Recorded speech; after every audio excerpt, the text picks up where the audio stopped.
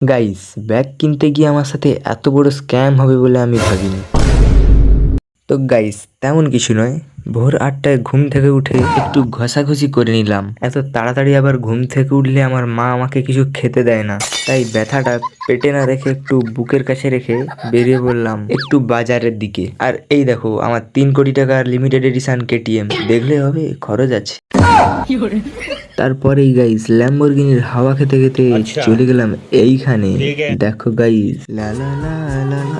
না না গাইস, বেশি কথা না বাড়ি, যেটা করতে এসেছি ওইটা করি। তো দেখো আমার সাথে স্ক্যামটা হয়েছিল যে আমি দোকানদারকে বলেছিলাম ব্ল্যাক কালারের ব্যাগ দিতে, কিন্তু আমাকে কালো কালারের ব্যাগ দিয়ে দিল।